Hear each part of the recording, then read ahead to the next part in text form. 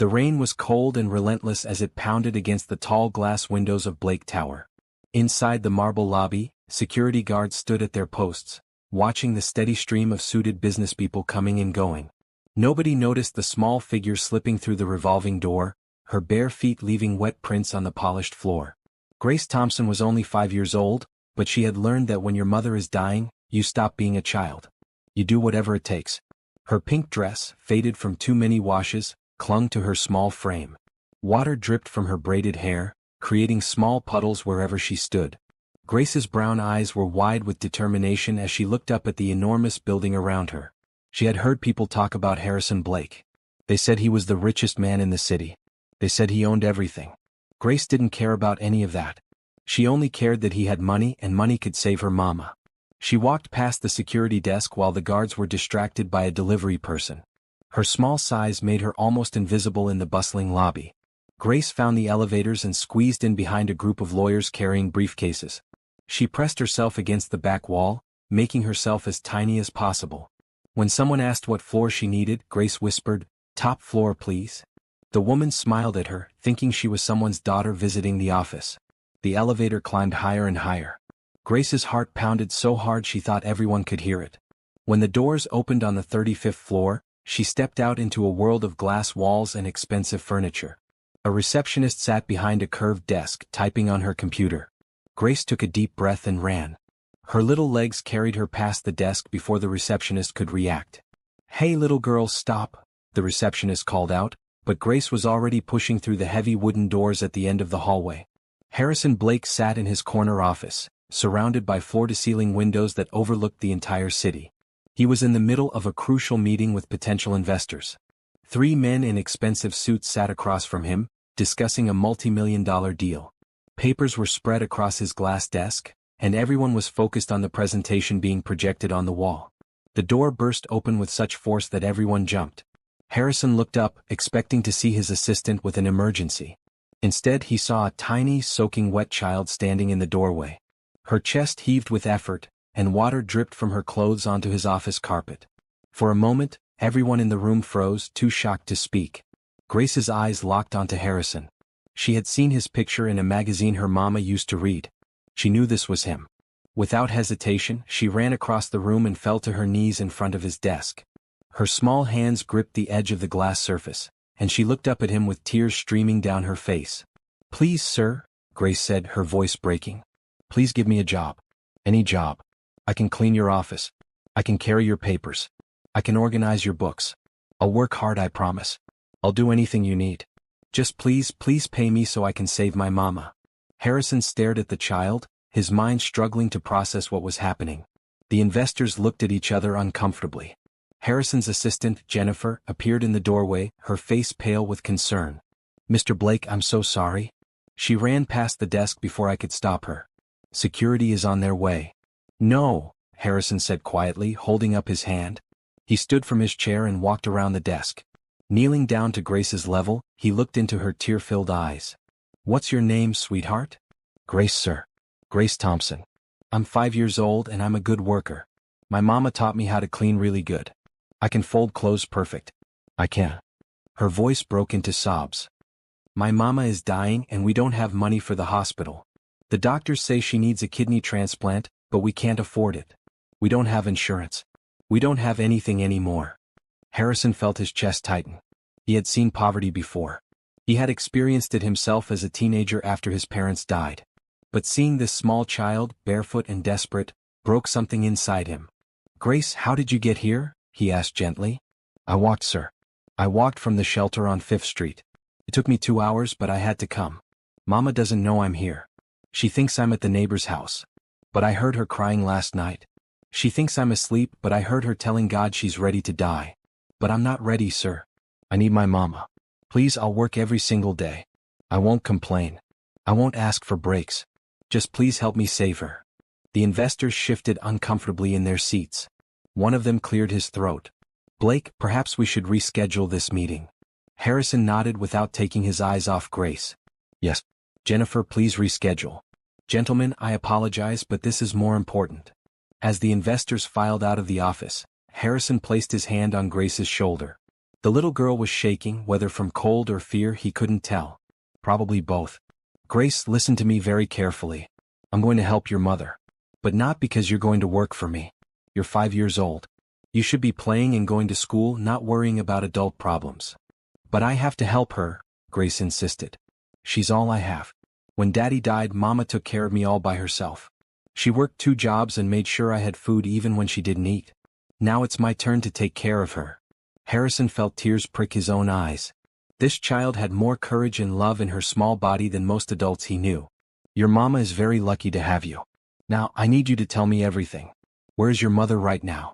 What hospital has she been to? What do the doctors say? Grace wiped her eyes with her small fists. She's at the shelter, sir.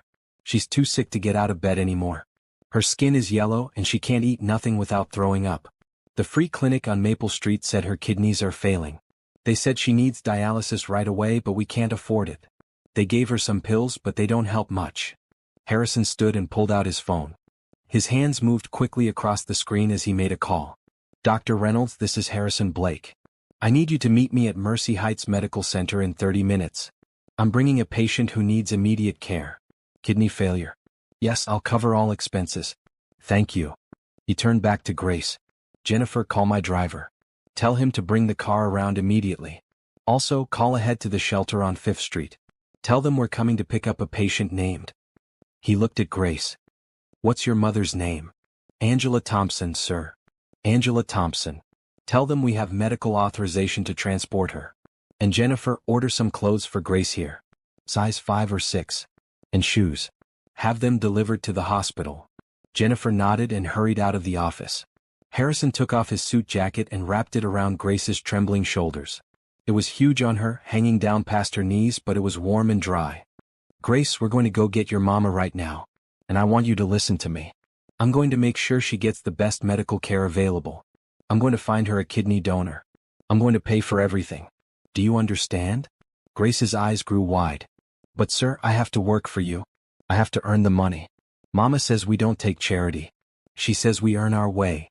Harrison knelt down again and looked directly into her eyes. Your mama is right to be proud. But there's a difference between charity and help.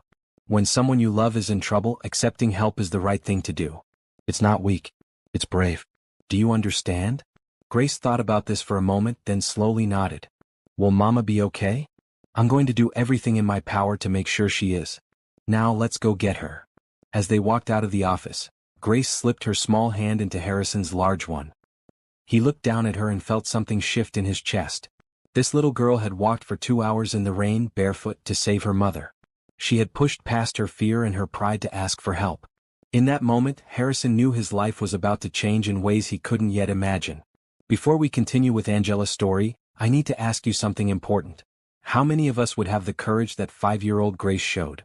How many of us would walk barefoot through a storm to save someone we love? If this story touches your heart, please subscribe to hear what happens to Grace and her mother. Comment below and tell me, what would you do if you were in Grace's situation? Your support helps us share more stories of hope and love. The black sedan pulled up to the shelter on 5th Street 20 minutes later. Harrison had never been to this part of the city before. The buildings were old and crumbling. Trash littered the sidewalks. People huddled in doorways trying to stay dry from the rain. Grace pressed her face against the window, her hands still clutching Harrison's jacket around her shoulders. That's it, sir. The blue door. She pointed to a faded building with peeling paint. Harrison helped Grace out of the car and they hurried inside. The shelter was crowded with people seeking refuge from the rain. The smell of unwashed bodies and cheap disinfectant filled the air. A tired-looking woman sat at the front desk, barely looking up as they entered. I'm here for Angela Thompson, Harrison said firmly. We have medical authorization to transport her to Mercy Heights Medical Center. The woman's eyes widened when she took in Harrison's expensive suit and confident demeanor. Room 204, second floor. But sir, she's very sick. She might not be able to walk. That's why I brought help. Harrison gestured to his driver and the 2 emergency medical technicians he had called to meet them there. Grace, can you show us which room? Grace nodded and ran ahead, her new shoes squeaking on the linoleum floor. Harrison had stopped at a children's store on the way, refusing to let her stay barefoot another minute. She led them up a narrow staircase to a dimly lit hallway. She pushed open the door to room 204, a tiny space with 4 bunk beds crammed inside. "Mama?" Grace called softly. On the bottom bunk in the corner, a woman lay curled on her side. Even from the doorway, Harrison could see how sick she was. Her beautiful face was gaunt, her skin had a yellowish tint, and her breathing was shallow. But when she heard Grace's voice, her eyes opened, and Harrison saw the same determined spirit he had seen in her daughter. "Grace," Angela whispered, trying to sit up. "Baby, where have you been? I was so worried." Grace ran to her mother's side and took her hand. "Mama, I did something. Don't be mad, okay? I went to see a man who can help us." Angela's eyes focused on Harrison standing in the doorway. Confusion crossed her face. "Who is this? Grace, what did you do?" Harrison stepped forward and knelt beside the bed. "Miss Thompson, my name is Harrison Blake. Your daughter came to my office today and asked me for help. She's the bravest little girl I've ever met. I'm here to take you to the hospital. Dr. Patricia Reynolds, the best transplant specialist in the state, is waiting for you right now." Angela's eyes filled with tears. She tried to shake her head. "No, I can't. We can't afford that. Grace, baby, you shouldn't have done this. We don't have money for fancy hospitals." "Mama, please," Grace pleaded, her small voice breaking. "The man said it's not charity. He said accepting help is brave. Please, Mama. I need you. I can't lose you too." Harrison watched as Angela looked at her daughter's face. He saw the moment her resolve crumbled. As a mother, she wanted to refuse help out of pride. But as a mother, she also couldn't leave her daughter alone in this world. "Miss Thompson," Harrison said gently, "I lost my parents when I was 16. I know what it's like to be alone. Please don't let pride make Grace go through that pain. Let me help you. Not because you owe me anything, but because helping people is what I should have been doing with my wealth all along. Your daughter reminded me of that today." Angela's tears spilled over. "I don't know how to repay you. You don't have to. The only thing I ask is that when you're healthy again, you pass this kindness forward to someone else who needs it." Angela nodded slowly. Okay, I'll go." The EMTs moved forward with a stretcher. They helped Angela onto it carefully. She was so weak she could barely lift her arms. Grace held her mother's hand the entire time, walking beside the stretcher as they made their way out of the shelter. In the ambulance, Harrison sat across from Angela while Grace nestled against her mother's side. Angela kept staring at him as if trying to understand why this stranger was helping them. "Mr. Blake," she said softly. "Grace told me she walked to your office in the rain. She told me she begged you for a job. She did. She offered to clean my office, carry papers, organize books. She said she'd work every single day without complaint." Harrison smiled at Grace, who blushed. "I've never met anyone braver. I raised her to be strong," Angela said, pride evident in her weak voice. "After my husband died, I knew I had to teach her to stand up for herself. But I never wanted her to have to be this strong. She's only 5. She should be playing with dolls and learning her ABCs, not worrying about hospitals and kidney transplants." "She does know her ABCs, Mama," Grace said. "And I can count to 100. Remember?" Angela smiled and kissed her daughter's forehead. "I remember, baby." Harrison pulled out his phone and made several more calls during the ride. He arranged for a private room at the hospital, ordered a full panel of tests, and scheduled consultations with 3 different specialists. He also called his assistant and asked her to prepare a care package with clothes, toiletries, and toys for Grace. When they arrived at Mercy Heights Medical Center, Dr. Patricia Reynolds was waiting at the emergency entrance with a team of nurses. She was a woman in her mid-40s with kind eyes and an efficient manner. "Harrison, good to see you," she said, then turned her attention to Angela. "Miss Thompson, I'm Dr. Reynolds. We're going to take excellent care of you. Can you tell me how long you've been feeling sick?" As they wheeled Angela inside, she began explaining her symptoms. Harrison listened and felt anger rise in his chest. Angela had been sick for over a year. She had ignored her symptoms because she couldn't afford to miss work. When she finally went to a free clinic, they told her she needed dialysis immediately, but there were no open spots at the clinic for months. She had been on a waiting list, growing sicker every day because the system had failed her. This was wrong. This was exactly the kind of injustice Harrison had always known existed but had never directly confronted. Looking at Angela's yellow skin and Grace's frightened face, he made a silent promise. He would not only save Angela's life. He would also make sure no other mother had to suffer like this because of money. They settled Angela into a beautiful private room with large windows overlooking the city. The nurses worked quickly, hooking her up to IVs and monitors.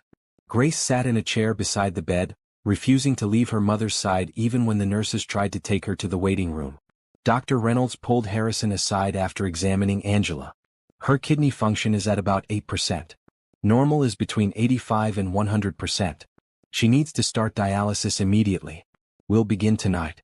As for a transplant, we need to run tissue typing tests and get her on the National Registry. The waiting list for a kidney is typically 3 to 5 years. 3 to 5 years? Harrison repeated, his voice sharp. She doesn't have that long. What about living donors? That's an option if we can find a match. Family members are usually the best candidates, but Grace mentioned her husband died and she has no other family. We can test friends or volunteers, but finding a compatible match can be difficult. Test me, Harrison said immediately. Dr. Reynolds looked surprised. Harrison, that's very generous, but kidney donation is serious surgery. You need to think about this carefully. I've thought about it. I'm young and healthy. If I'm a match, I want to donate. All right. I'll order the test for you as well. But Harrison, even if you're not a match, there are other options. We can put out a call for donors. We can also look into paired donation programs. Harrison nodded. Do whatever it takes. Money is not an issue. I want Angela to have every possible chance. Over the next few hours, the hospital transformed around Angela. Nurses came and went, drawing blood and running tests. Grace sat quietly watching everything with wide eyes. Harrison ordered food from a nearby restaurant. Soup and bread for Angela, chicken nuggets and apple slices for Grace. When the food arrived, Grace looked at the plate in wonder. Is this all for me? She asked. All for you, Harrison confirmed. Grace ate slowly, savoring every bite. Harrison realized she probably hadn't had a proper meal in days. Maybe weeks. The thought made his stomach turn. When Angela's dialysis began, Grace held her mother's hand and sang her a soft song. Harrison recognized it as an old lullaby. Angela's eyes filled with tears as she listened to her daughter's sweet voice. She used to sing that to me, Angela explained to Harrison. My grandmother taught it to me when I was little. I sang it to Grace when she was a baby. Now she sings it to me. Harrison felt his throat tighten. You've done an amazing job raising her. She's special. She's everything to me. When her father died, I didn't think I could survive. But Grace gave me a reason to keep going. She's so smart and kind. She deserves so much better than this life I've given her. Don't say that. You've given her the most important things, love and strength. Everything else can be fixed. Angela looked at him with gratitude and something else. Something that made Harrison's heart beat faster. He hadn't felt this way about anyone in years. Most of the women he met were interested in his money or his status. But Angela looked at him like he was just a man.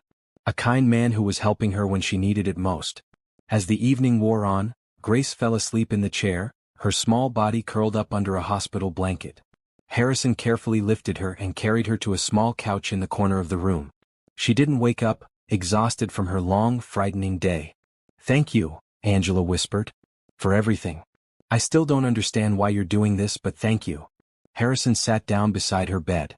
Do you believe in fate, Miss Thompson? Call me Angela, please. And I don't know. Maybe. I think Grace was meant to walk into my office today. I think I was meant to meet both of you. I've spent years building a business empire, accumulating wealth, but never really using it for anything meaningful. Your daughter reminded me what truly matters. She reminded me that kindness is more valuable than any amount of money in the bank. Angela smiled weakly. She's wise beyond her years. Sometimes I forget she's only 5. She's had to grow up too fast. Well, from now on she gets to be a kid again. And you get to focus on getting better. I meant what I said earlier. I'm going to take care of everything. Medical bills, housing, food, whatever you need. And when you're healthy again, I have a job offer for you if you want it. A job? Angela looked confused. I run a charitable foundation as part of my company. It needs someone to manage it, someone who understands what it's like to struggle. Someone with compassion and integrity. I think you'd be perfect for it. Angela's eyes widened. Mr. Blake, I don't have a college degree. I only finished high school. I've been working retail jobs and cleaning houses to make ends meet. Experience matters more than degrees. And please call me Harrison. Will you at least think about it? Of course I will. Thank you, Harrison. You've given me hope when I had none left. As Angela drifted off to sleep, her hand resting on top of Grace's blanket, Harrison sat in the quiet hospital room and made plans. He would find Angela a kidney donor. He would make sure Grace went to the best school. He would give them the life they deserved. And maybe, just maybe, he would find the family he had been missing since he lost his own parents all those years ago. Morning light streamed through the hospital room windows, casting a soft glow over Angela's sleeping form. Harrison had stayed all night, dozing in a chair by the door. He wanted to make sure they weren't alone, that they knew someone was looking out for them. When he opened his eyes, he found Grace awake, sitting on the couch and watching him curiously. "Good morning," he whispered, not wanting to wake Angela. "Good morning, Mr. Harrison," Grace whispered back. "Did you sleep here all night?" "I did. I wanted to make sure you and your mama were okay." Grace climbed down from the couch and walked over to him. She surprised him by climbing into his lap and wrapping her small arms around his neck. "Thank you for helping my mama. You're like an angel." Harrison felt his eyes sting with emotion. He hugged her back gently. "You're the angel, Grace. You saved your mother's life by being brave enough to ask for help." A nurse came in to check Angela's vitals, smiling at the sight of Harrison and Grace. "Good morning. How's our patient doing?" "She had a good night," the nurse reported. "The dialysis helped quite a bit. Her numbers are already looking better. Dr. Reynolds will be by this morning to discuss the test results." When Angela woke up, she looked more alert than she had the day before. The yellow tint in her skin was slightly less pronounced, and she managed to sit up without help. She smiled when she saw Grace sitting with Harrison, the two of them reading a picture book that the hospital staff had provided. "Mama," Grace called excitedly, "Mr. Harrison is teaching me new words." "That's wonderful, baby." Angela's voice was stronger. "Good morning, Harrison. I can't believe you stayed all night." "Where else would I be?" he replied simply. "How are you feeling?" "Better. Still tired and achy, but better." The dialysis helped. Over the next few days, a routine developed. Harrison came to the hospital every morning before work and returned every evening. He brought breakfast for Grace, flowers for Angela, and always stayed to talk with them for hours. Grace began to light up when she heard his footsteps in the hallway, running to greet him at the door. Dr. Reynolds ran a full battery of tests on Angela. The results confirmed what they already knew: she needed a kidney transplant as soon as possible. Unfortunately, the initial compatibility test showed that Harrison was not a match. He was disappointed but not deterred. "We'll find another way," he assured Angela. "Dr. Reynolds has already put you on the transplant list and reached out to potential living donors. We've also started a donor recruitment campaign." "A campaign?" Angela asked, confused. "I put together a team to spread awareness about kidney donation. We're running ads, hosting information sessions, and working with local hospitals to identify potential donors. Money can't buy a kidney, but it can help us find someone who's willing to give one." Angela shook her head in wonder. "I still can't believe you're doing all this for us." "Believe it? You and Grace are worth every effort." During her recovery periods between dialysis sessions, Angela began to tell Harrison more about her life. She had met her husband, Thomas, in high school. They married young and had Grace right away. Thomas worked as a mechanic and Angela worked in a department store. They were happy despite having little money. Then 2 years ago, Thomas died in a car accident. A drunk driver ran a red light and hit his car head-on. He died instantly. "I fell apart," Angela admitted one evening as Grace played with toys on the floor. "I couldn't eat or sleep. I couldn't function. But then I looked at Grace and I knew I had to be strong for her. Thomas would have wanted me to take care of our daughter." "He would be so proud of you," Harrison said. "You've done an incredible job raising her alone." "I tried my best. But then I got sick and everything fell apart. I lost my job because I kept missing work. We lost our apartment because I couldn't pay rent. We ended up at the shelter and I felt like such a failure." "You're not a failure. You're one of the strongest people I've ever met." As the days passed, Harrison found himself thinking about Angela and Grace constantly. When he was at work, he wondered what they were doing. When he was in meetings, he found himself distracted, checking his phone for updates from the hospital. His business partner, James Mitchell, noticed the change in him. "Blake, you've been different lately," James said one afternoon in Harrison's office. "I've known you for 10 years and I've never seen you like this. What's going on?" Harrison told him everything. About Grace bursting into his office, about Angela's illness, about how he couldn't stop thinking about them. James listened quietly, then smiled. "You're in love with her," James said simply. "What?" "No, I'm just helping someone in need." "Blake, you've helped plenty of people over the years. You've written checks to charities. You've sponsored scholarships. But I've never seen you personally involved like this. You're at that hospital every day. You light up when you talk about them. You're in love. Harrison started to protest, then stopped. Was James right? He thought about Angela's smile, the way her eyes sparkled when she laughed despite her illness. He thought about Grace's innocent joy, her boundless hope. He thought about how complete he felt when he was with them. Maybe you're right, he admitted. But it doesn't matter. Angela is going through a medical crisis. The last thing she needs is me complicating things with my feelings. Or maybe, James suggested, knowing that someone cares about her will help her get better. Love is powerful medicine, Blake. Don't underestimate that. That evening, Harrison arrived at the hospital with a special surprise. He had hired a professional storyteller to come and perform for Grace. The woman brought puppets and props, and she acted out several classic fairy tales. Grace was mesmerized, laughing and clapping throughout the performance. Angela watched her daughter's joy with tears in her eyes. After the storyteller left, Grace hugged Harrison tightly. That was the best day ever. Thank you, Mr. Harrison. You're very welcome, sweetheart. You deserve to have fun and be happy. Later, after Grace fell asleep, Angela and Harrison sat together in the quiet room. The machines beeped softly in the background, a steady rhythm that had become familiar. Harrison, can I ask you something? Angela said. Anything. Why are you really doing all this? I mean, I'm grateful beyond words, but I need to understand. Is this some kind of project for you? A good deed to make yourself feel better? Harrison thought carefully about his answer. At first, maybe it was partly that. I saw a little girl in desperate need and I had the power to help. It felt right. But now... He paused, choosing his words carefully. Now it's because I care about you. Both of you. I look forward to coming here every day. I think about you constantly. Grace has become like a daughter to me, and you've become very important to me. Angela looked at him with surprise and something that might have been hope. Harrison, I appreciate everything you've done. But you should know that I come with complications. I'm sick. I have a child. I have no money or education. I'm not the kind of woman a man like you usually spends time with. You're exactly the kind of woman I want to spend time with. You're real. You're honest. You're strong and kind and beautiful. Grace is not a complication. She's a blessing. And as for the rest, none of it matters to me. But what happens when I'm better? What happens when we don't need your help anymore? Will you still be around? Harrison reached out and took her hand. Angela, I hope I'll be around for a long time. If you'll let me. Angela squeezed his hand. I'd like that. I'd like that very much. The next morning, Dr. Reynolds came in with news. We have a potential donor, she announced. A woman named Rebecca Foster saw our campaign. She's a perfect match for you, Angela. She's willing to donate her kidney. Angela burst into tears. Grace jumped up and down with excitement. Harrison felt relief wash over him like a wave. When can we do the surgery? He asked. We need to run a few more tests on both Angela and Rebecca to make sure everything is safe. But if all goes well, we could schedule the transplant for 2 weeks from now. 2 weeks. In 2 weeks, Angela could have a new kidney and a new chance at life. Harrison pulled out his phone and immediately began making arrangements.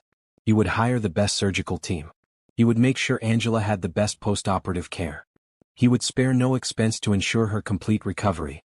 That evening he brought Chinese food for dinner, Grace's favorite. They ate together in the hospital room, using the small table by the window. Grace chattered happily about the school Harrison had enrolled her in, excited to start next month. Angela looked healthier than she had since they arrived, hope bringing color back to her face. I've been thinking, Angela said as they finished eating, about that job you offered me. Managing your foundation. If the offer is still open, I'd like to accept it. Harrison grinned. The offer is absolutely still open. In fact, I've been working on some ideas for new programs we could implement. Programs to help families like yours who fall through the cracks of the healthcare system. I'd love to help with that. I know what it's like to need help and not know where to turn. Maybe we can make it easier for others. We will make it easier. Together. As Harrison left the hospital that night, he felt lighter than he had in years. He had found something precious in the most unexpected place. He had found a family. And in 2 weeks, when Angela had her surgery, they would take the next step toward building a life together. The 2 weeks before Angela's surgery flew by in a blur of activity. Harrison arranged for the best surgical team in the country to perform the transplant. He personally met with Rebecca Foster, the donor, to thank her for her extraordinary gift.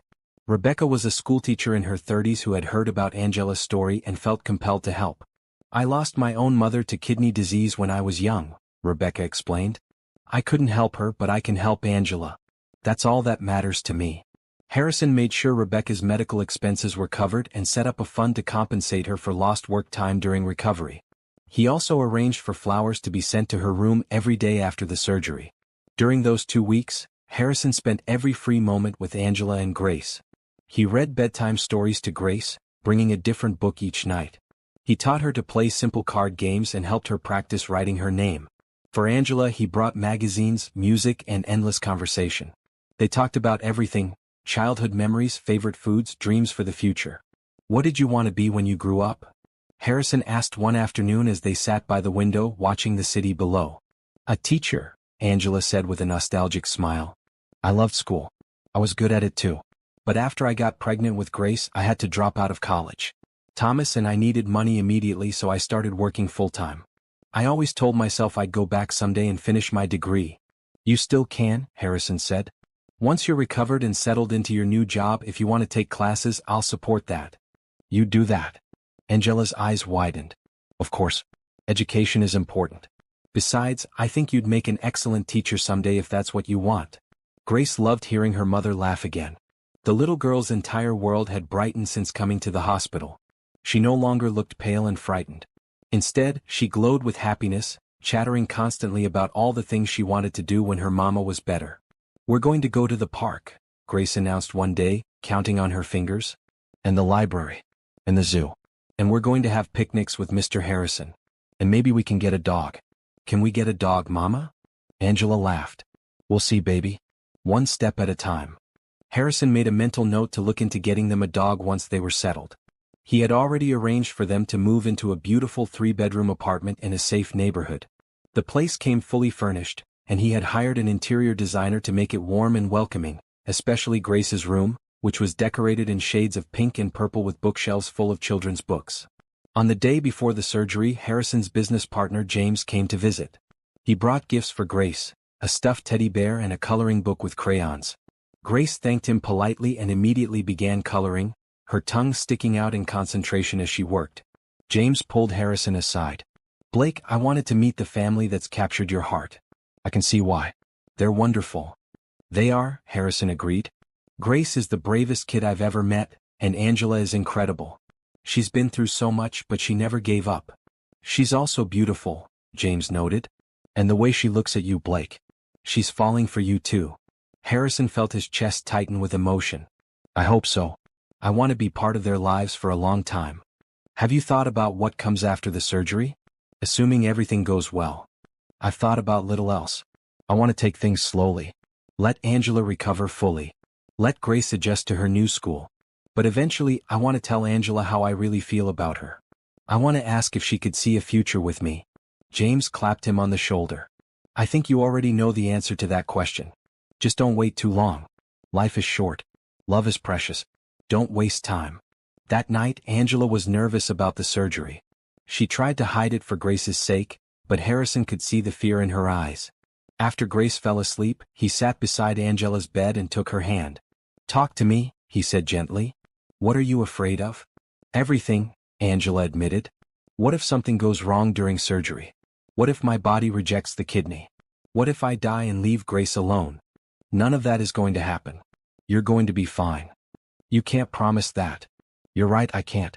But I can promise that if anything happens, Grace will never be alone. I'll take care of her like she's my own daughter. She'll never want for anything, including love." Angela's tears spilled over. "That's what scares me most.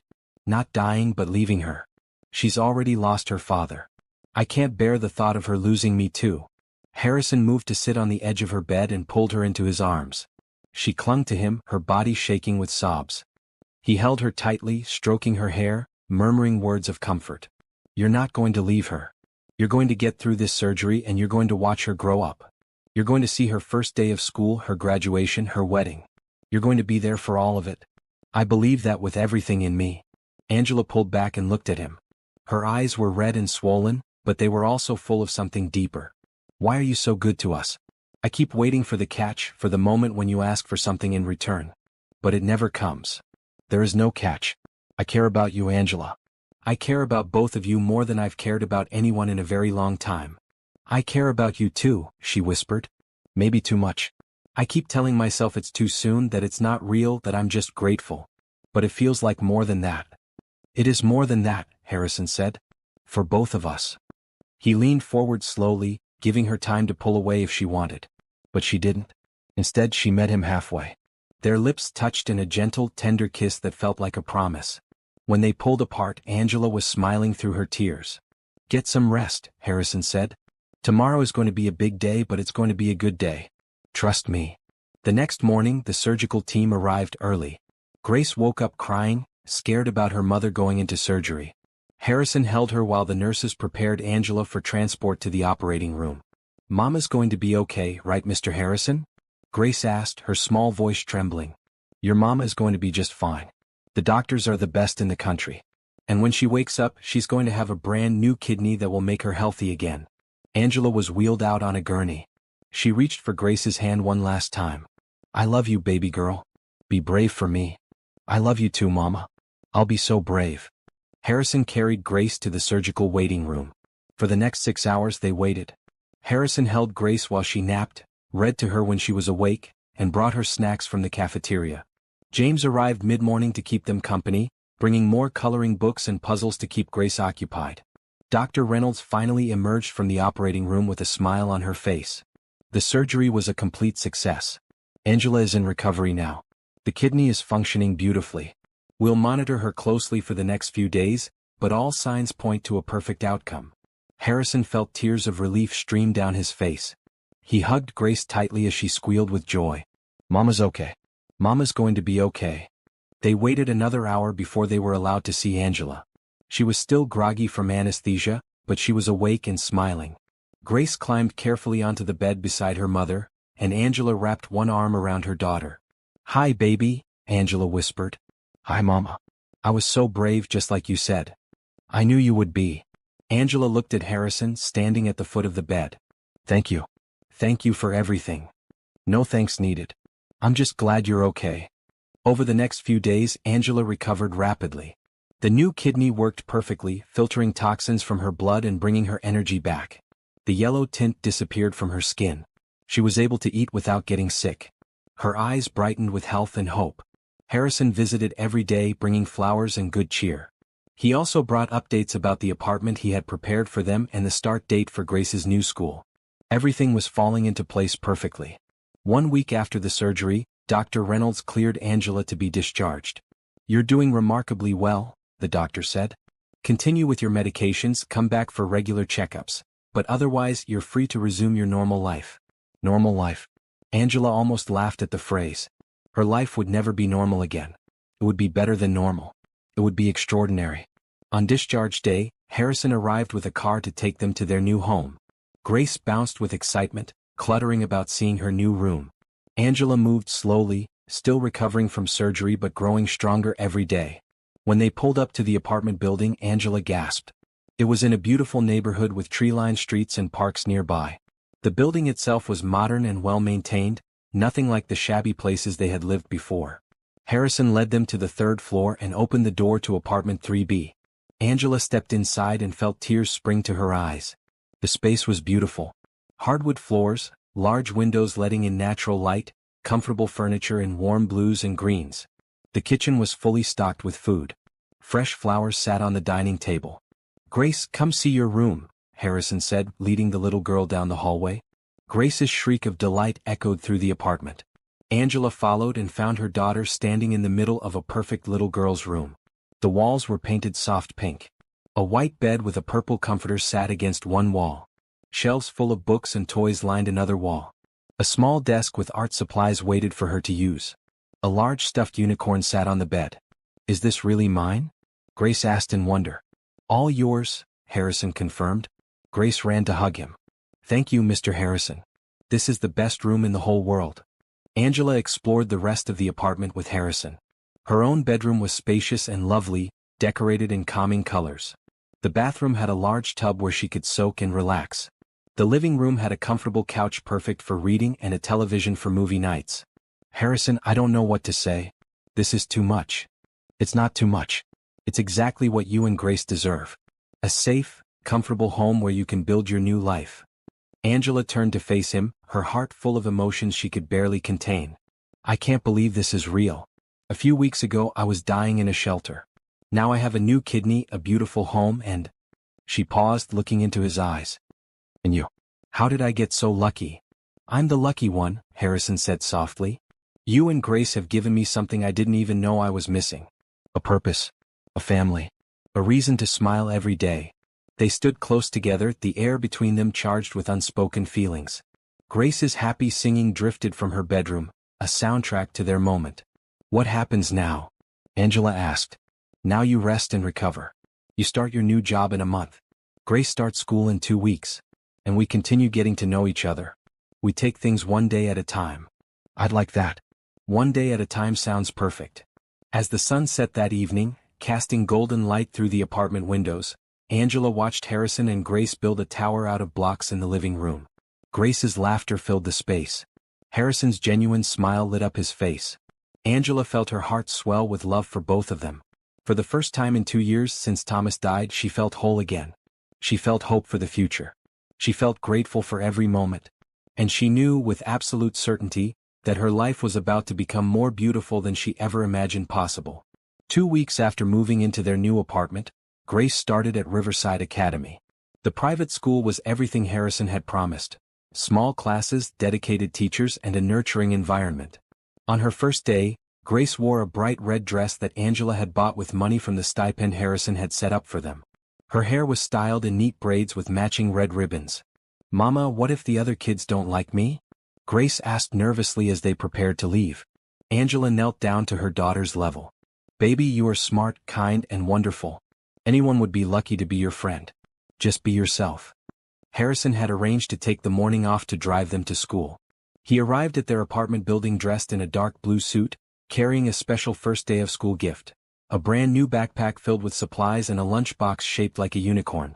For my favorite student, he said, presenting them to Grace. Grace's eyes went wide with delight. Mr. Harrison, I love it. Thank you so much. At the school, they met Grace's teacher, Miss Patricia Wells, a warm woman in her 50s who immediately made Grace feel comfortable. The classroom was bright and colorful, filled with books, art supplies, and learning materials. Other children were arriving with their parents, and Grace watched them shyly. Grace, why don't you go explore the reading corner? Ms. Wells suggested. We have some wonderful new books about animals. Grace looked at her mother for permission. Angela nodded encouragingly.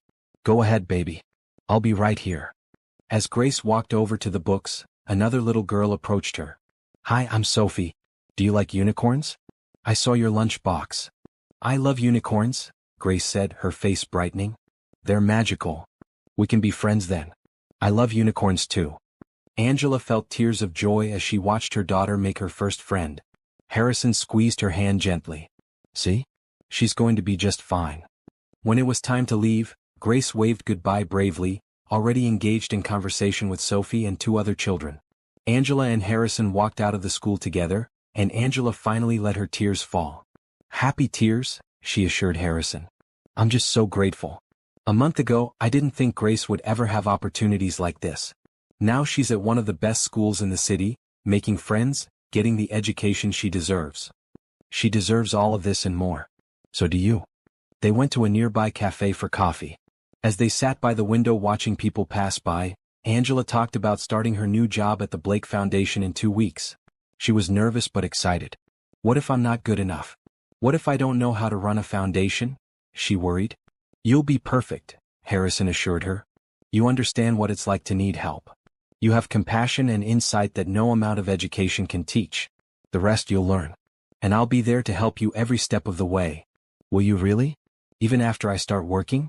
I thought maybe once I was employed and settled, you might move on with your life. Harrison reached across the table and took both her hands in his. Angela, I don't want to move on. I want you in my life. I want Grace in my life. These past weeks with you have been the happiest I've been in years. I feel the same way, Angela admitted.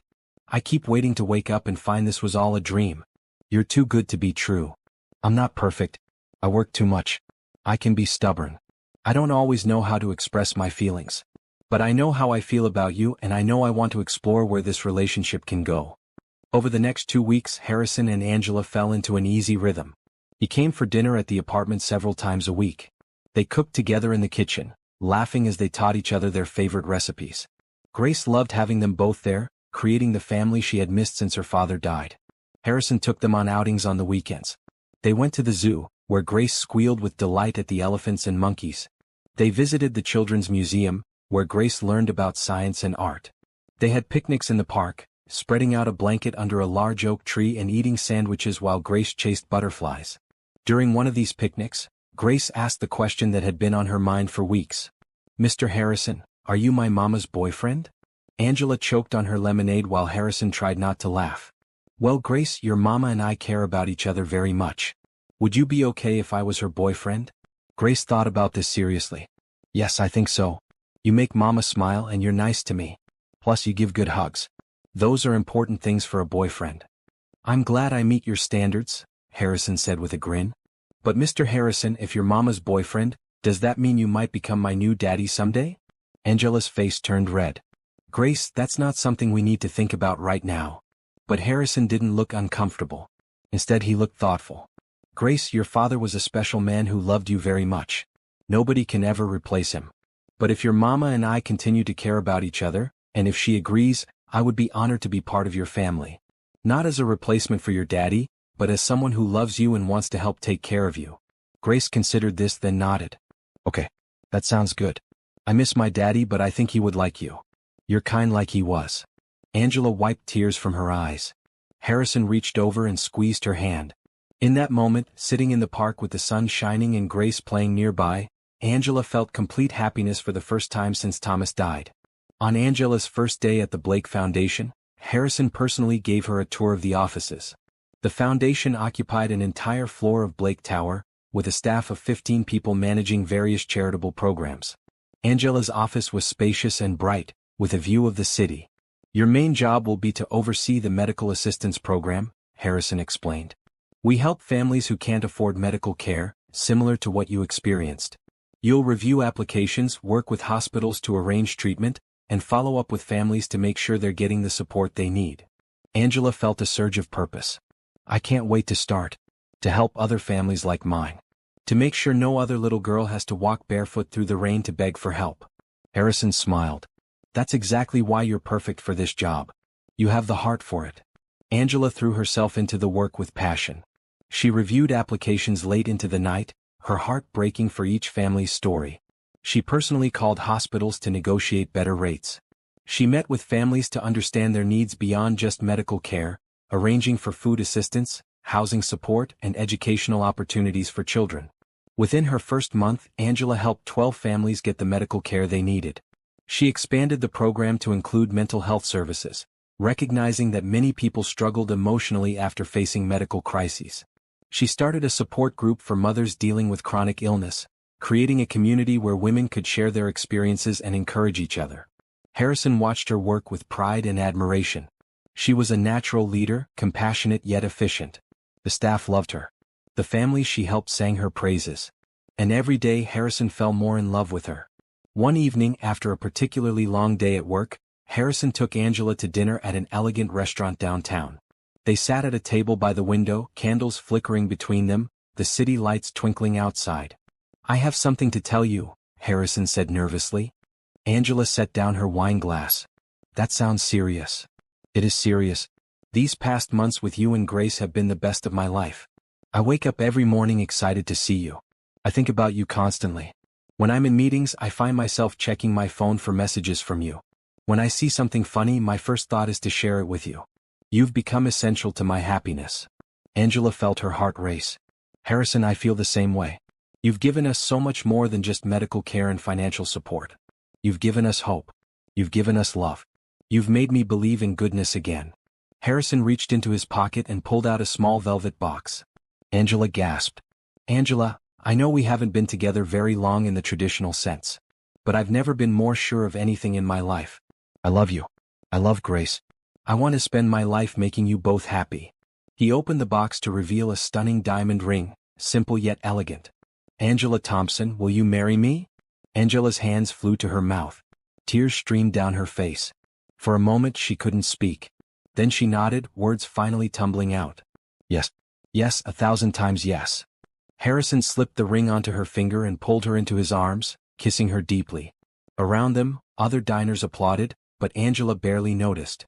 All she could think about was how far they had come, from that desperate day when Grace walked into Harrison's office to this perfect moment. "We need to tell Grace," Angela said, laughing through her tears. "Let's go right now." They left the restaurant and drove to the apartment where Harrison's assistant was babysitting Grace. When they walked in, Grace was in her pajamas reading a book on the couch. "Mama, Mr. Harrison, you're home early," she said, jumping up. "Grace, we have something to tell you," Angela said, kneeling down. "Mr. Harrison asked me to marry him and I said yes. How do you feel about that?" Grace's eyes grew wide. She looked from her mother to Harrison and back again. Then her face broke into the biggest smile they had ever seen. "Really? We're going to be a real family?" "A real family," Harrison confirmed, scooping her up into his arms. Grace threw her arms around his neck. "I'm so happy. Can I be in the wedding? Can I wear a pretty dress? Can I throw flowers?" "You can absolutely be in the wedding," Angela said. "You'll be my flower girl." That night, the three of them sat together on the couch, making plans for their future. Grace chattered excitedly about the wedding, suggesting ideas like butterflies and unicorns and lots of cake. Angela and Harrison exchanged amused glances over her head, both thinking the same thing. This was perfect. This was everything they needed. As Angela tucked Grace into bed later, the little girl hugged her tightly. "Mama, is it okay that I'm happy? I still miss Daddy, but I'm happy about Mr. Harrison too. Does that make me bad?" "Oh baby, no. Your daddy would want you to be happy. He would want us both to be happy. He loved us, and love means wanting the best for people even when you're gone. Mr. Harrison is good to us. He loves us. Daddy would approve." "Okay, Mama. I think so too." After Grace fell asleep, Angela and Harrison stood in the doorway of her room, watching her peaceful face. "We're really doing this," Angela whispered. "We're getting married. We're becoming a family." "We're already a family," Harrison corrected. "The wedding just makes it official."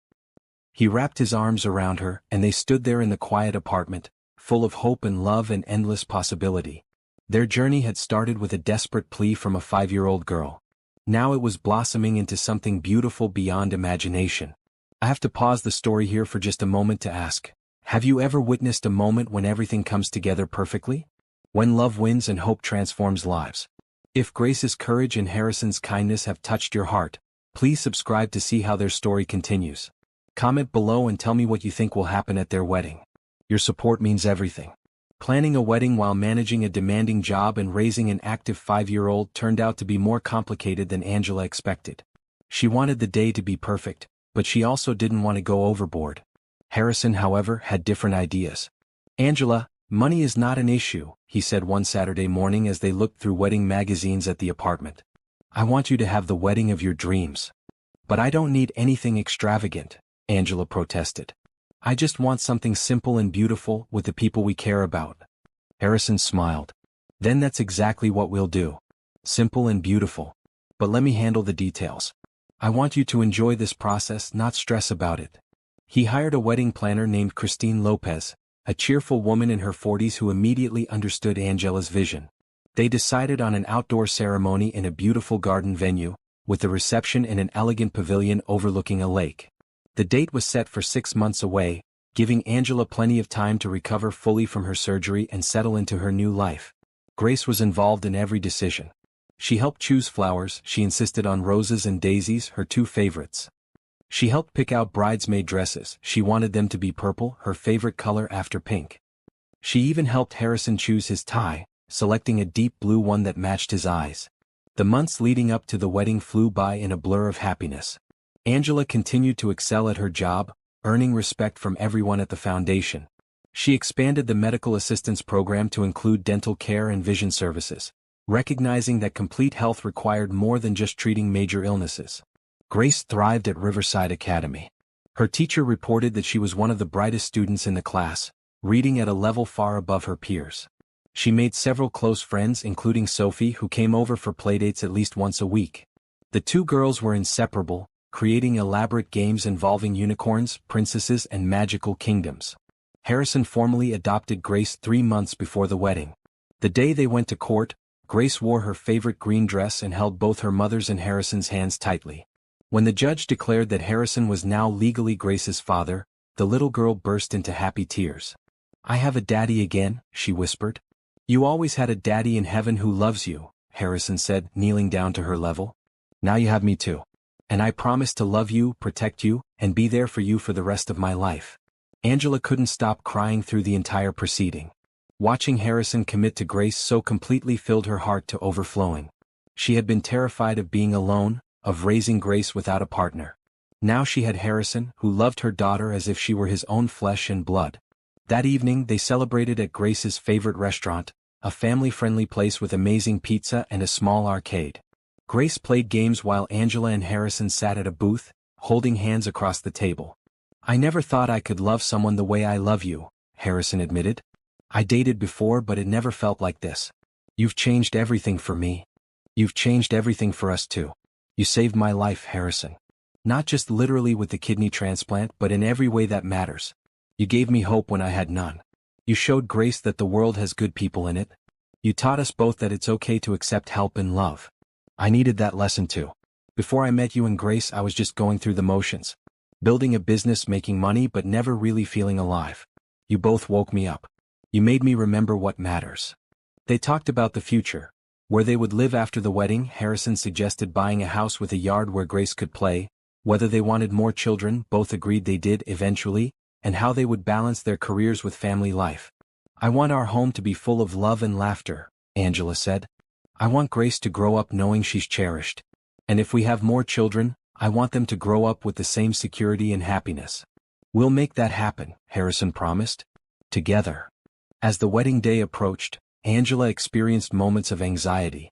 Not about marrying Harrison, she had no doubts about that.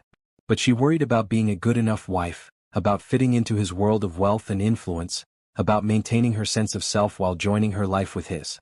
One evening, 2 weeks before the wedding, she confessed these fears to Harrison. They were sitting on the balcony of her apartment, watching the sunset paint the sky in shades of orange and pink. "What if I embarrass you at business functions? What if I say the wrong thing or wear the wrong outfit? Your world is so different from what I'm used to." Harrison turned to face her fully. "Angela, I fell in love with you exactly as you are. I don't want you to change to fit some image of what you think a wealthy man's wife should be. I want you to be yourself, honest, compassionate, real. Those qualities are worth more than any amount of polish or pretense. But what about your business partners? Your social circle? What will they think? The people who matter will love you. The ones who don't aren't worth worrying about. Besides, I've already introduced you to James and he thinks you're wonderful. The rest will follow his lead, or they'll find themselves excluded from my life." Angela leaned into him, feeling reassured. "I'm scared of messing this up. You and Grace are everything to me. I couldn't bear to lose this." "You're not going to lose this. We're in this together for better or worse. That's what marriage means." The week before the wedding, Angela's nerves reached their peak. She couldn't sleep, worrying about details. What if it rained? What if Grace had a meltdown during the ceremony? What if she tripped walking down the aisle? Harrison finally sat her down and held her hands. "Listen to me. None of those details matter. The only thing that matters is that we're committing our lives to each other. Rain or shine, perfect or imperfect, we're going to stand up in front of the people we love and promise to be together forever. That's what's important. Not the flowers or the weather or whether everything goes according to plan." His words calmed her. He was right. The wedding was just one day. The marriage was forever. The night before the wedding, Angela stayed at the apartment with Grace while Harrison stayed at his penthouse downtown. It was tradition not to see each other before the ceremony, and though Angela missed him, she cherished the quiet evening with her daughter. They ate ice cream for dinner, broke the rules and giggled about it. They painted each other's nails. Grace chose sparkly pink for both of them. They talked about the next day, about how Grace would walk down the aisle scattering rose petals, how beautiful everything would be. "Mama, are you happy?" Grace asked as Angela tucked her into bed. "I'm so happy, baby. Are you?" "Yes. I like having Mr. Harrison as my daddy. He's nice and he makes you smile. Daddy would like him too." Angela felt tears prick her eyes. "I think Daddy would like him very much. Daddy would be happy that we're being taken care of and loved. Do you think Daddy will be at the wedding? Like watching from heaven?" "I know he will be. He'll be smiling down on us, grateful that we found someone who loves us so much." Grace thought about this and nodded. "Okay, that makes me feel better. Good night, Mama." "Good night, my beautiful girl." That night, Angela lay awake thinking about the journey that had brought her to this moment. The pain of losing Thomas. The terror of her illness.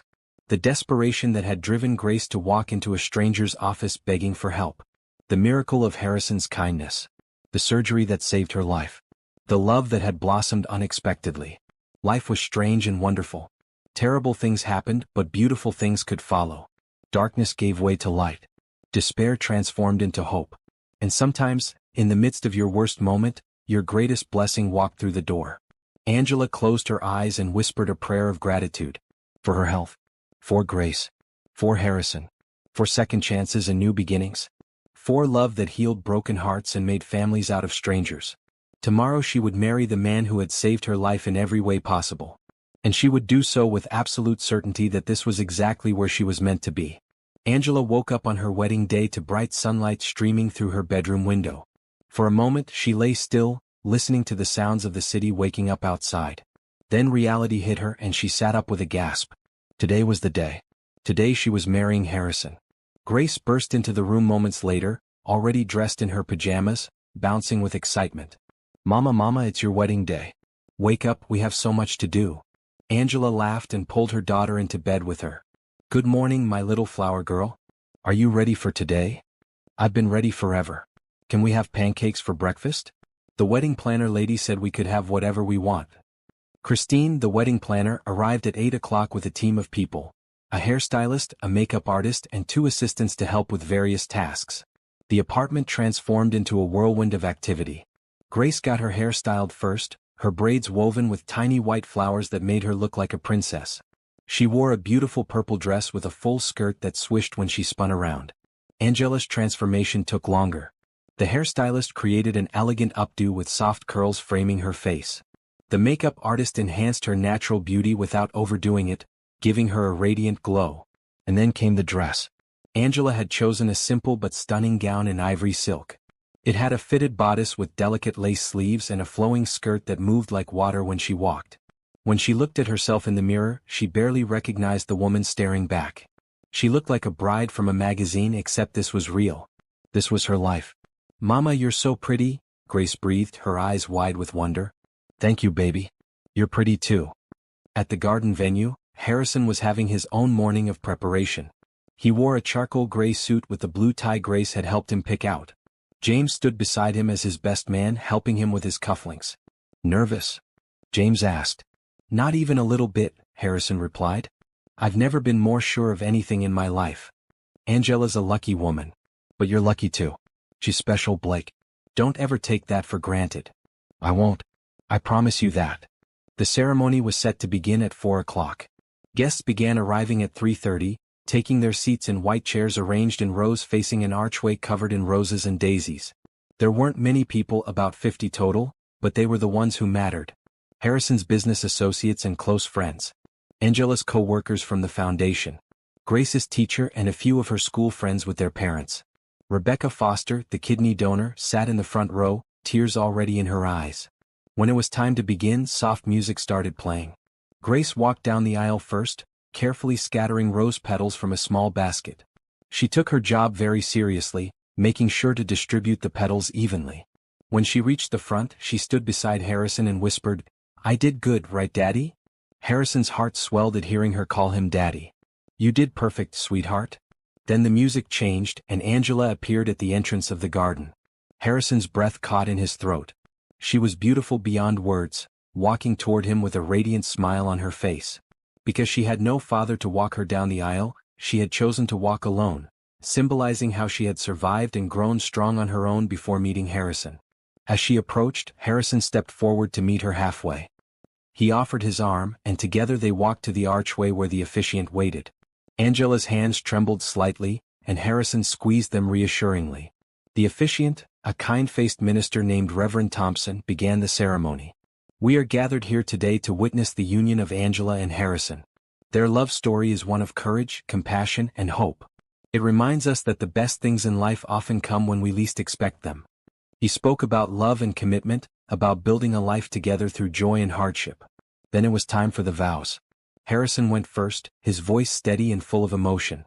Angela, the day Grace walked into my office, my life changed forever. She brought you into my world and nothing has been the same since. You've taught me what truly matters. Love, family, kindness. You've made me a better man. I promise to love you with everything I am. I promise to be there for you in grace, in sickness and health, in good times and bad. I promise to honor you, cherish you, and build a beautiful life with you. You are my heart, my home, my everything. Angela's tears flowed freely as she listened. Then it was her turn. Her voice shook with emotion, but she spoke from her heart. Harrison, when I was at my lowest point, dying and desperate, you appeared like an answer to prayers I didn't even know how to pray. You saved my life, but more than that, you showed me that goodness still exists in the world. You loved my daughter as your own. You gave us hope when we had none. I promise to love you with all that I am. I promise to stand beside you, support your dreams, and build a family with you. I promise to cherish every moment we have together. You are my miracle, my love, my forever. Reverend Thompson smiled through his own tears. By the power vested in me, I now pronounce you husband and wife. Harrison, you may kiss your bride. Harrison cupped Angela's face in his hands and kissed her tenderly. The small crowd erupted in applause. Grace jumped up and down, clapping harder than anyone. When Harrison and Angela broke apart, they turned to Grace and pulled her into a family hug. We're a family now, Harrison said. The three of us, forever. The reception was perfect. Dinner was served at beautifully decorated tables overlooking the lake. The food was delicious. Roasted chicken, fresh vegetables, and wedding cake that Grace had helped design. It had 3 tiers with sugar flowers and small unicorn decorations. Harrison gave a toast that made everyone laugh and cry. A few months ago, I was just a businessman focused on building an empire. Then a 5-year-old girl walked into my office, barefoot and desperate, and changed everything. Grace, thank you for being brave enough to ask for help. Angela, thank you for teaching me what love really means. I am the luckiest man alive. James gave a toast about friendship and finding unexpected love. Rebecca Foster spoke about the joy of being part of their story. Even Grace got to say a few words, thanking everyone for coming and declaring that this was the best day ever. As the sun began to set, casting golden light over the lake, Harrison and Angela had their first dance. They swayed together to a soft, romantic song, lost in their own world. Angela rested her head on Harrison's shoulder, feeling completely at peace. Are you happy? Harrison whispered in her ear. Happier than I ever thought possible, she replied. Good. Because this is just the beginning. We have a whole lifetime ahead of us. After their dance, Harrison danced with Grace, spinning her around until she giggled uncontrollably. Angela danced with James. The guests danced and celebrated into the evening. It was everything a wedding should be, joyful, heartfelt, and full of love. As the evening wound down, Harrison and Angela prepared to leave for their honeymoon, a week at a beach resort where Grace would join them after 3 days with James's family. But before they left, they found Grace sitting at a table watching the last few guests dance. Did you have fun today, sweetheart? Angela asked, sitting beside her daughter. The best fun ever. Mama, I'm so glad you married Daddy. Now we're a real family. We've always been a real family, baby. But now we're official. Grace yawned widely. I'm tired. Today was a lot of excitement. Harrison scooped her up. Let's get you home then. You have a big day tomorrow playing with Uncle James's kids. As they walked to the car, Grace already half asleep in Harrison's arms, Angela felt overwhelming gratitude. Life had thrown terrible challenges at her. She had faced death, poverty, and despair. But she had also experienced profound love, unexpected kindness, and beautiful miracles. She looked at Harrison carrying their daughter, at the ring on her finger, at the life they were building together. This was what happiness looked like. This was what hope felt like. And this was only the beginning of their story. The first year of marriage brought changes and growth for the new family. Harrison and Angela bought a beautiful house in a quiet neighborhood with tree-lined streets and friendly neighbors. The house had 4 bedrooms, room to grow, they agreed, a large backyard where Grace could play, and a front porch perfect for morning coffee. Grace loved her new home. Her bedroom was twice the size of the one in the apartment, and Harrison built her a reading nook by the window where she could curl up with her books. They adopted a golden retriever puppy that Grace named Sunshine, and the dog became her constant companion. Angela continued to flourish at the Blake Foundation. She launched a new program called Second Chances, specifically designed to help families recovering from medical crises get back on their feet. The program provided not just financial assistance but also job training, counseling services, and educational support. Within the first year, Second Chances helped over 100 families rebuild their lives. Harrison was incredibly proud of his wife. She had a gift for connecting with people, for understanding what they needed even when they couldn't articulate it themselves. She worked long hours but always made time for family. Dinner together every night was non-negotiable. Weekend mornings were for pancakes and lazy mornings in pajamas. Grace excelled in first grade. Her teacher called her a natural leader, noting how she befriended shy children and stood up for kids who were being picked on. She joined the school choir and discovered she had a beautiful singing voice. At the winter concert, Harrison and Angela sat in the front row, bursting with pride as Grace sang a solo. On their first wedding anniversary, Harrison surprised Angela with a weekend getaway to a mountain cabin. They left Grace with James and his wife, promising to bring back lots of pictures. At the cabin, they hiked through forests, sat by a crackling fire, and talked about their future. "I want to have another baby," Angela said one evening as they watched the sunset from the cabin's deck. "Grace would be an amazing big sister." Harrison pulled her close. "I want that too. Let's start trying. Our family has room for more love." 3 months later, Angela discovered she was pregnant. She told Harrison by presenting him with a small box at dinner. Inside was a tiny pair of baby shoes with a note. "Big sister Grace needs these for her little sibling." Harrison stared at the shoes, then at Angela, then burst into tears of joy. He pulled her into his arms and held her tight. "We're having a baby. We're really having a baby." Grace was thrilled at the news. She immediately began making plans, insisting the baby's room should be painted yellow, because she didn't know if it would be a boy or girl yet, and filled with stuffed animals. She talked to Angela's growing belly every night, telling the baby about her day and promising to be the best big sister ever. The pregnancy went smoothly. Angela experienced some morning sickness in the first trimester, but overall she felt healthy and strong. Her new kidney continued to function perfectly. Dr. Reynolds monitored her closely, taking extra precautions given her medical history, but everything looked excellent. As Angela's belly grew, Harrison became increasingly protective and attentive. He made sure she rested enough, ate well, and didn't overwork herself at the foundation. He attended every doctor's appointment, held her hand during every ultrasound, and teared up the first time they heard the baby's heartbeat. They found out they were having a boy. Grace immediately started planning what games she would teach him and what stories she would read to him. "I'm going to teach him about kindness," she declared. "Just like you and Daddy taught me." Harrison and Angela decided to name the baby Thomas, after Angela's first husband and Grace's father. Grace suggested it one evening at dinner, and Angela burst into tears. "Are you sure, baby?" Angela asked. "That's your daddy's name." "I know. I think my daddy would like it if his name continued with my baby brother. It's like he's still part of our family." Harrison squeezed Angela's hand under the table. "I think it's a perfect name. We'll call him Thomas and we'll tell him all about the brave man he's named after." As Angela's due date approached, the family prepared for the baby's arrival. They set up the nursery with a crib, changing table, and shelves full of baby books. Grace helped fold tiny clothes and arrange stuffed animals. Harrison installed a baby monitor and childproofed the entire house. One night, 2 weeks before the due date, Angela woke up with contractions. She shook Harrison awake. "It's time. The baby's coming." Harrison jumped out of bed, suddenly wide awake and slightly panicked. Okay, we need to get to the hospital. Where's the hospital bag? Did we pack everything? Should I wake Grace?" Angela laughed through a contraction.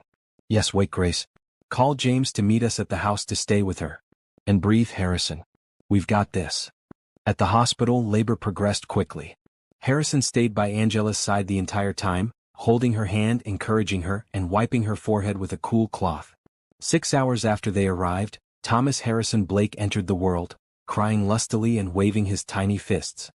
"He's perfect," Angela whispered, tears streaming down her face as the nurses placed the baby on her chest. "Just like his mother," Harrison said, kissing her forehead. When they brought Grace to the hospital the next day to meet her baby brother, her face lit up with wonder. She climbed carefully onto the hospital bed beside Angela and stared at Thomas with wide eyes. "He's so tiny. Can I hold him?" Angela helped Grace hold the baby, supporting his head. Grace looked down at Thomas with such love and gentleness that both Angela and Harrison felt their hearts might burst. "Hi, Thomas," Grace whispered. "I'm your big sister, Grace. I'm going to take care of you and teach you everything I know. We're going to have so much fun together." Thomas opened his eyes and seemed to look right at Grace. She gasped with delight. "Mama, he knows me. He knows I'm his sister." Bringing Thomas home from the hospital was both exciting and terrifying. Angela and Harrison were experienced with babies, Angela with Grace years ago and Harrison had done lots of research, but adding a newborn to their family still required adjustment. Grace was an incredibly helpful big sister. She fetched diapers, helped choose outfits for Thomas, and sang him lullabies when he cried. She was gentle and patient, never showing jealousy or resentment at the attention the baby required. The first few months with a newborn were exhausting.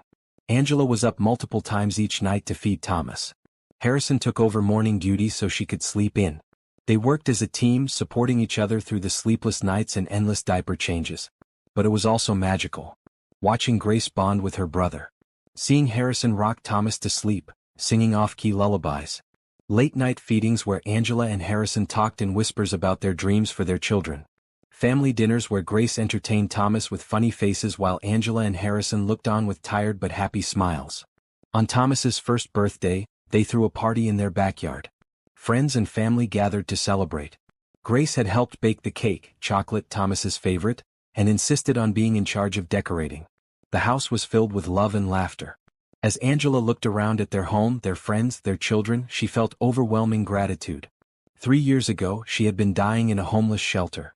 Now she had a beautiful family, a fulfilling career, and a life beyond her wildest dreams. That evening, after the guests left and the children were in bed, Angela and Harrison sat on their porch swing, watching fireflies dance in the yard. "Can you believe how far we've come?" Angela asked. "Sometimes I still can't believe it's real.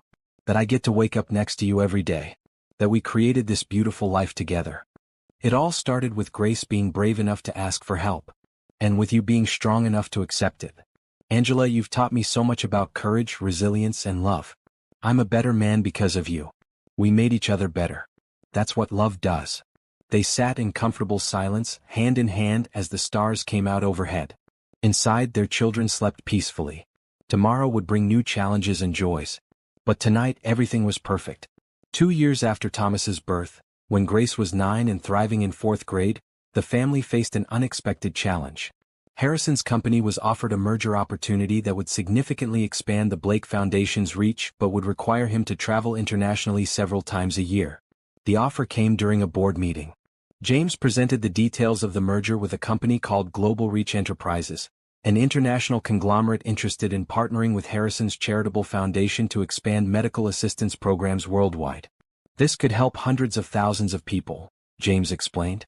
"But it would require significant time investment from you, Blake. International meetings, site visits, establishing programs in other countries. You'd be traveling at least once a month."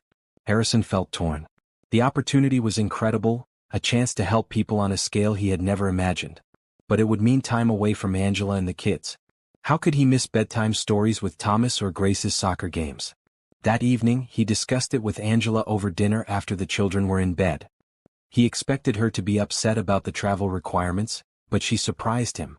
"Harrison, this is an amazing opportunity. Think about how many families we could help. Families just like ours was. You have to do this. But it means being away from you and the kids. I'll miss important moments." Angela took his hands. "You won't miss everything. And when you're here, you'll be fully present. We'll make it work because that's what families do. Besides, this work is important. Those families need someone who understands what they're going through. They need you." Grace, who had been listening from the stairs, she had gotten up for water, came into the kitchen. "Daddy, if you can help other little girls like I was, you should do it. I remember being scared and sick. If you can make other kids not scared anymore, that's important."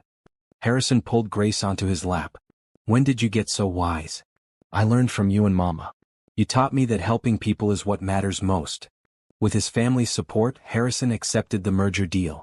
Over the next several months, he traveled to countries across the globe, establishing medical assistance programs in communities that desperately needed them.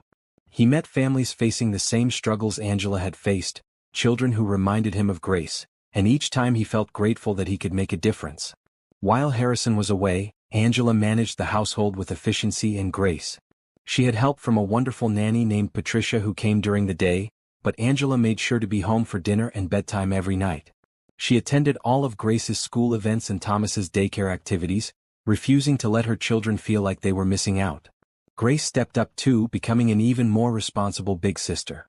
She helped Thomas with his nightly routine, reading him stories and making sure his favorite stuffed lion was in his crib. She did her homework without being asked and helped set the table for dinner. At 9 years old, she showed maturity beyond her years. But it wasn't always easy. Thomas started having nightmares when Harrison was away, crying for his daddy in the middle of the night. Grace sometimes got frustrated when her friends talked about doing things with their dads on weekends and hers was on another continent. Angela felt overwhelmed trying to be both mother and father when Harrison was gone. One particularly difficult week, when Harrison had been gone for 10 days and Thomas was especially clingy, Angela broke down crying after the kids were finally asleep. She called Harrison and he answered immediately despite the time difference. "I don't know if I can do this," Angela admitted through tears. "Thomas won't stop crying for you. Grace is trying so hard to be strong, but I can tell she misses you. And I miss you so much it hurts." "I miss you too. God, Angela, I miss all of you so much. Maybe I should come home early." No, you finish what you started. We'll be okay. I just needed to hear your voice. Listen to me. You are the strongest person I know. You've survived so much worse than me being away for a week. You've got this. And I'll be home in 3 days. I promise." Angela wiped her tears. "I know. I'm sorry for falling apart. Don't apologize. This is hard. It's hard for all of us. But we're doing something important. Just hold on for 3 more days." When Harrison returned from that trip, he walked through the front door to find Thomas and Grace waiting for him. Thomas toddled over as fast as his little legs could carry him, shouting, "Daddy, Daddy." Grace was right behind him. Harrison dropped his bags and gathered both children in his arms. Angela watched from the kitchen doorway, tears of relief in her eyes. Harrison looked up at her over the children's heads, and the love in his eyes took her breath away. When the kids finally let him go, he crossed the room and pulled Angela into a long, tight hug. "I'm home," he whispered. "I'm home and I'm so grateful for you. For all of you." That evening, after dinner and bath time and tucking the kids in, Harrison and Angela talked about finding better balance. They decided that Harrison would limit his international travel to once every 2 months instead of monthly. He would make sure at least 1 trip per quarter was short, just 3 or 4 days. And they would plan special family activities for when he returned from each trip. They also decided to start a new tradition: video calls every morning and evening when Harrison was away. Thomas could see his father's face and hear his voice. Grace could tell him about her day. Angela could feel connected even when they were thousands of miles apart. The adjustments helped. The family found their rhythm, learning to treasure the time they had together and stay connected during separations. Harrison made sure to schedule his trips around important events: Grace's school play, Thomas's 3rd birthday party, their wedding anniversary. During one of Harrison's trips to a rural area in Southeast Asia, he met a little boy named Covey who reminded him so much of Thomas. Covey had been suffering from a treatable heart condition, but his family couldn't afford the surgery. Harrison immediately arranged for the medical care Covey needed, just as he had done for Angela years ago. When he video called home that night and told Angela and the kids about Covey, Grace said, "Daddy, I'm proud of you. You're making other families happy like you made us happy." "I couldn't do this without you guys supporting me," Harrison replied. "You're the reason I know how important this work is." As the months passed, the international expansion of the Blake Foundation proved to be incredibly successful. They helped thousands of families access medical care they couldn't otherwise afford. They built partnerships with hospitals in a dozen countries. They created a model for sustainable, compassionate healthcare assistance that other organizations began to emulate. At home, the family continued to grow stronger. Grace joined the school robotics club and discovered a passion for engineering. Thomas started preschool and charmed everyone with his infectious giggle and kind heart. Angela's Second Chances program expanded to include career counseling and small business loans, helping families not just survive their crises but thrive afterward. One evening, as the family sat together watching a movie, Grace had chosen a superhero film, Thomas was curled up with Sunshine the dog, and Angela was nestled against Harrison. Harrison felt a profound sense of contentment. Yes, life was busy. Yes, there were challenges. But they faced everything together as a family with love and support. "I have an announcement," Grace said during a commercial break. Everyone looked at her. She had that serious expression she got when she was about to say something important. "I've decided what I want to be when I grow up." "What's that, sweetheart?" Angela asked. "A doctor. I want to help sick people like Daddy helps them, but I want to actually do the medicine part. Is that okay?" Harrison felt his eyes well up. "That's more than okay. That's wonderful. You'll be an amazing doctor. I want to help kids especially. Kids who are scared. I remember being scared when you were sick, Mama. I want to make kids feel better. Angela hugged her daughter tightly. I have no doubt you'll do exactly that. You have the biggest heart of anyone I know. Thomas, not wanting to be left out, piped up. I want to be a superhero when I grow up. Everyone laughed. Harrison tousled his son's hair. Buddy, you're already a superhero to me. That night, after the kids were asleep, Harrison and Angela lay in bed talking about the future. Grace's declaration had made them both emotional. She's going to do amazing things, Angela said. Both of them will. They learned from the best. You've shown them what strength and compassion look like. You've taught them to care about others and to never give up hope. We taught them together. You've shown them generosity and kindness. You've demonstrated that having wealth means having responsibility to help others. I guess we make a pretty good team. The best team. As Angela drifted off to sleep, Harrison stayed awake a bit longer, thinking about how his life had changed since that rainy day when a desperate little girl burst into his office. He had gained a family, a purpose, and a depth of love he never knew existed. The challenges they faced only made them stronger. And he knew with absolute certainty that whatever the future brought, they would face it together. 5 years later, Grace was 14 and preparing for high school. Thomas was 7 and had just finished second grade. The Blake family had settled into a comfortable rhythm, balancing Harrison's occasional international travel with family time, Angela's meaningful work at the foundation, and the children's busy school and activity schedules. On a warm Saturday morning in June, the family gathered in the kitchen for breakfast. Grace was making pancakes, a skill she had perfected over the years. Thomas was setting the table, carefully placing napkins at each spot. Angela was cutting fresh fruit, and Harrison was brewing coffee. Family meeting after breakfast, Harrison announced. We have something important to discuss. Grace and Thomas exchanged curious glances. Family meetings usually meant something exciting was about to happen.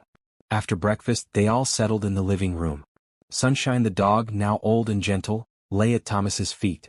Harrison cleared his throat and Angela smiled, knowing what he was about to say. Your mother and I have been talking, Harrison began. The Blake Foundation has been incredibly successful. We've helped tens of thousands of families over the years. But we want to do something more. Something permanent that will continue helping people long after we're gone. What kind of something? Grace asked, leaning forward with interest. We're establishing the Grace and Thomas Blake Scholarship Fund, Angela explained. It will provide full college scholarships to young people who have overcome significant hardships, especially medical challenges or poverty. We're funding it with enough money to send 100 students to college every year, forever. Grace's eyes widened. You're naming it after us? We are, Harrison confirmed. Because you two are our inspiration. Grace, your courage when you were 5 years old changed everything. You taught us about bravery and hope. Thomas, you remind us every day about joy and resilience.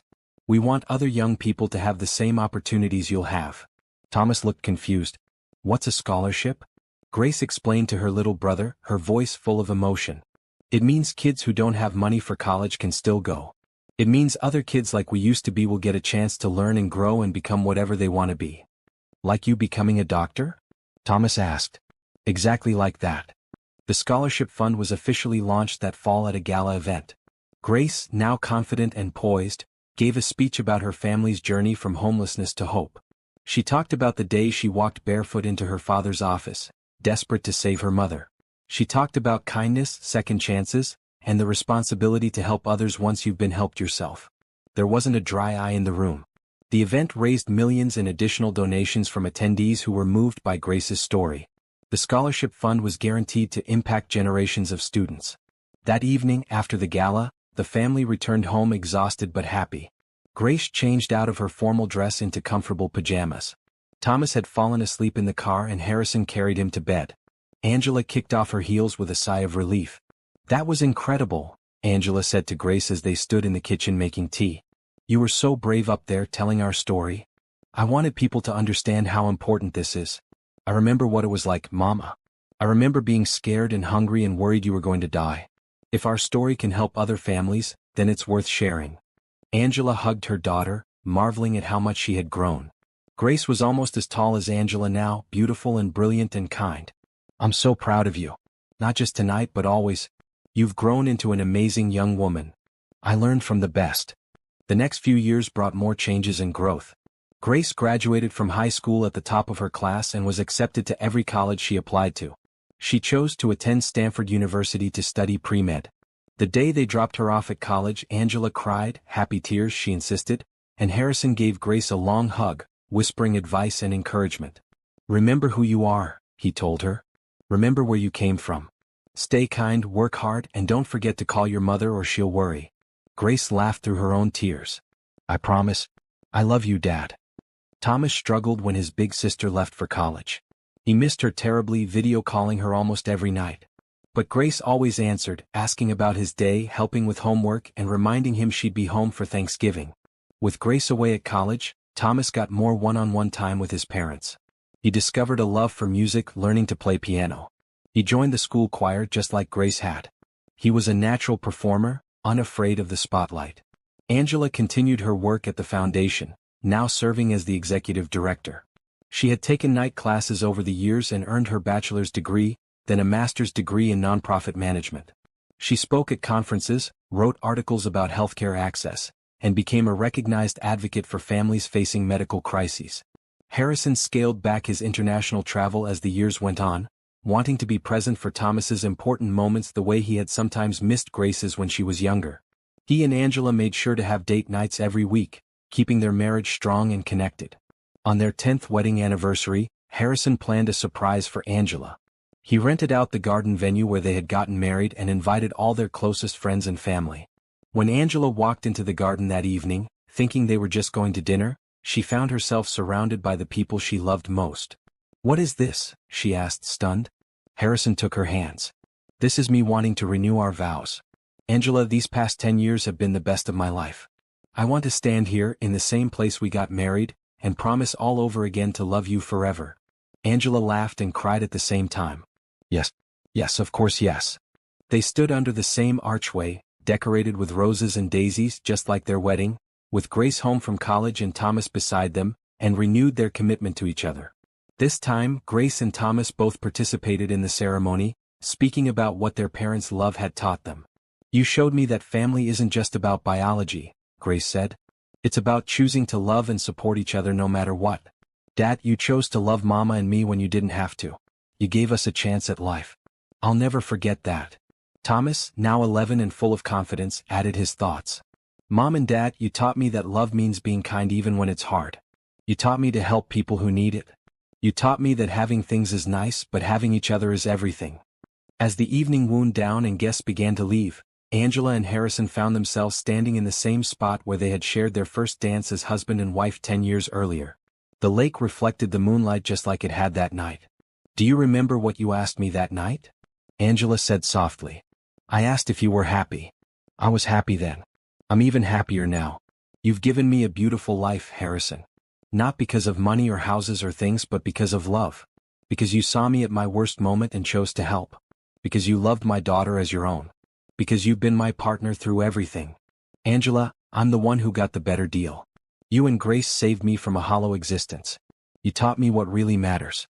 You gave me purpose and family and love. Every good thing in my life traces back to the day Grace walked into my office." They danced slowly, holding each other close, as their children and closest friends watched with tears in their eyes. This was what happily ever after looked like, not perfect but real. Not without challenges but full of love. Not the end of a story but the continuation of a beautiful journey. On the drive home that night, with Grace and Thomas asleep in the back seat, Angela rested her head on Harrison's shoulder. "We did pretty good, didn't we?" she whispered. "We did better than good. We created something beautiful. I love you, Harrison Blake." "I love you too, Angela Blake. Forever." As they pulled into their driveway, the porch light welcoming them home, Angela thought about how far they had come. From a homeless shelter to this beautiful house. From desperation to joy. From strangers to soulmates. Grace had been right all those years ago when she told the story of her desperate plea. Sometimes the worst moments of our lives lead to the best things we could never have imagined. Sometimes strangers become family. Sometimes asking for help is the bravest thing you can do. And sometimes, love really does conquer everything. Their story didn't end here. There would be more challenges, more triumphs, more moments of joy and struggle. Grace would become a doctor, just as she dreamed, specializing in pediatric nephrology and treating children with kidney disease. Thomas would become a music therapist, using his gifts to help sick children heal. Angela and Harrison would continue their foundation work, helping thousands more families find hope in their darkest moments. But on this night, as the Blake family walked into their home together, they were simply grateful. Grateful for second chances. Grateful for love. Grateful for each other. And somewhere in heaven, Thomas Sr. looked down on his daughter and the family she had found, and he smiled. His girls were happy. His girls were loved. His girls were safe. And that was all he had ever wanted. The lights in the Blake house glowed warm in the darkness, a beacon of hope and love. Inside, a family who had been brought together by desperation and bound together by love settled in for the night. Outside, the stars shone bright, witnesses to a story of courage, kindness, and the transformative power of love. This was their happy ending. But more importantly, it was their beautiful beginning.